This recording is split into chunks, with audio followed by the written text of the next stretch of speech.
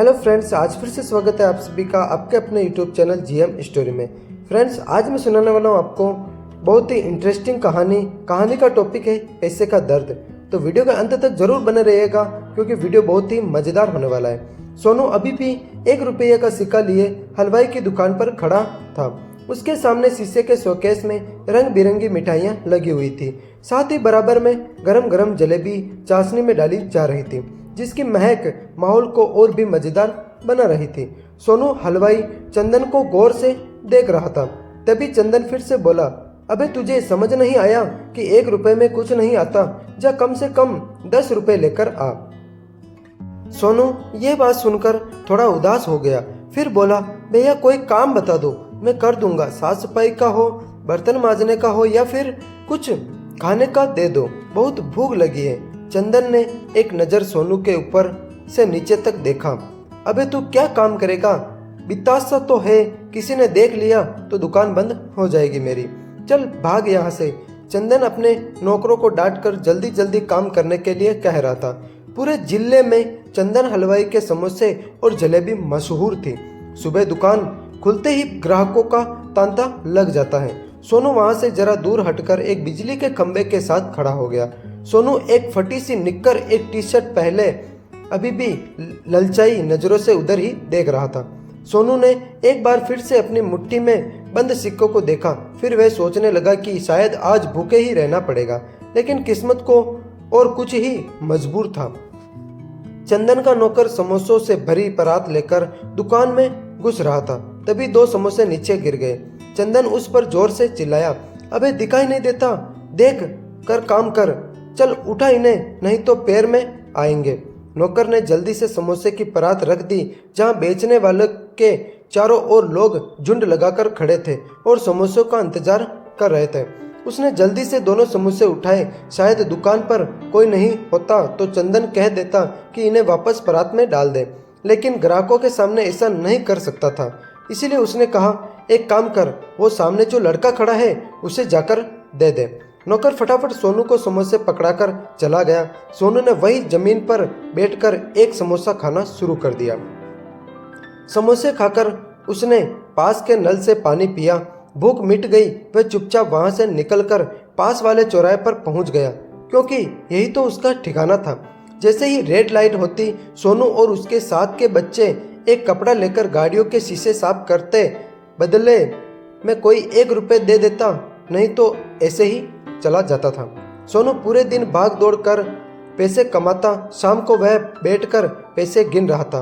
आज तो पूरे 70 रुपये कमा लिए। वह पैसे लेकर घर की ओर चल दिया। पास ही में एक फ्लावर के नीचे उसकी माँ ने एक छोटा सा तंबू लगा रखा था। सोनू की माँ उसी से लेटी हुई थी। सोनू ने आते ही कहा, माँ आज देख 70 रुपये कमा लिए, ला अपना दवाई का पर्चा दे, मैं जल्दी से तेरी खांसी की दवा ले आता हूँ। उषा ने, बेटा इस पैसे से कुछ राशन ले आता तो मैं तेरे लिए कुछ पका देती। सोनू बिना कुछ बोलते ही खुद ही पर्चा ढूंढने लगा। पर्चा मिलते ही वह तंबू से बाहर जाते हुए बोला, तेरी दवाइयाँ लाता हूँ, बापू आ गया तो सारे पैसे छीन लेगा। सोनू तेजी से बाहर निकल गया। इधर उषा सोच रही थी, सच ही तो कह रहा है, उसका पति मोहन सिंह सारा दिन जुआ खेलता रहता है। जब शाम होने लगती है तो आज की दिहाड़ी से पैसे लेने आ जाता है। उषा तो मारपीट करके पैसे ले जाता था, लेकिन जब से वह बीमार पड़ी तो तब से सोनू से ही पैसे छीनने लगा था। कुछ देर में सोनू आ गया। माँ को दवा पिला ही रहा था कि मोहन सिंह सामने आ गया। क्यों बे, दवा कहाँ से लाया? सोनू, बापू ये सरकारी दवाखाने से लाया हूँ। ये तो 20 रुपये आज बस इतने बन गए थे। मोहन सिंह ने गुस्से से पैसे छीन लिए। फिर सोनू से कहा, झूठ बोला तो तुझे उल्टा लटका दूंगा। कल से कम 50 रुपये मुझे चाहिए। उषा ने लड़खड़ाती आवाज में कहा, खुद तो कुछ काम करता नहीं, छोटे से बच्चे की मेहनत की कमाई उड़ाता रहता है। मैं एक बार ठीक हो जाऊं तो इसे लेकर कहीं और चली जाऊंगी। मोहन सिंह उषा के मुंह नहीं लगना चाहता था। उसे दुकान बंद होने से पहले शराब जो लानी थी वह चुपचाप निकल गया। उषा ने सोनू से पूछा, तुझे कुछ खाया है या नहीं? सोनू बोला, माँ आज मुझे 2 समोसे सुबह ही मैंने खा लिए, अब तक भूख नहीं है। उषा की आंखों में आंसू भर आए। बेटा भूख कहाँ से लगेगी जब अपने माँ बाप पर सारे पैसे लुटा देगा। तो रुक, मैं तेरे पास 10 रुपए हैं, जा बाहर जाकर कुछ खा ले। सोनू बिना कुछ बोले पैसे लेकर बाहर चला गया। भूख तो उसे लग ही रही थी, लेकिन अगर बापू को पैसे नहीं देता तो वह माँ को मारता, इसीलिए माँ को बचाने के लिए उसने भूख को मार लिया।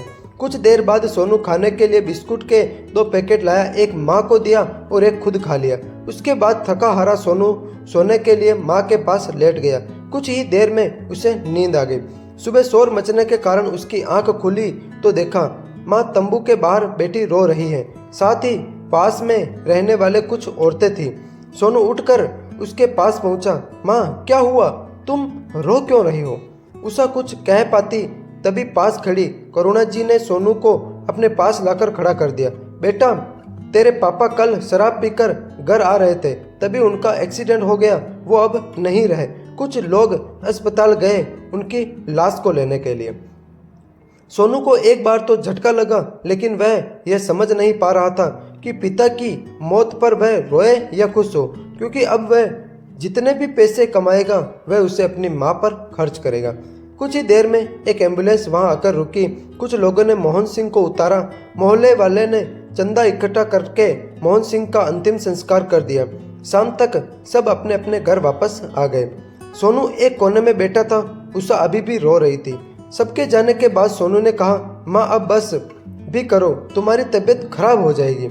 उषा ने सोनू को अपनी गोद में बिठाया, प्यार से उसके सिर पर हाथ फेरा और कहा, भगवान ने तेरे सिर से पिता का साया छीन लिया है। सोनू बोला, अब हम चैन से रह सकेंगे माँ, अब कोई हमारे पैसे नहीं छीनेगा। पिता से तो हमें हमेशा एक ही चीज मिली है, वो है पैसे का दर्द। अब तुम्हारा ढंग से इलाज होगा। आज से इस पैसे के दर्द से छुटकारा मिला है। अब हमारा पैसा हमारा होगा। उषा सोच रही थी, मेरा बच्चा बिना बचपन देके ही बड़ा हो गया। वैसे कहे तो सही रहा है, उस आदमी ने दर्द के अलावा हमें दिया ही क्या है। इधर सोनू कल से कमाए जाने वाले पैसों को जोड़ने की सोच रहा था। उसने निश्चय किया कि कल शाम को आते हुए एक गुल्लक जरूर लाएगा।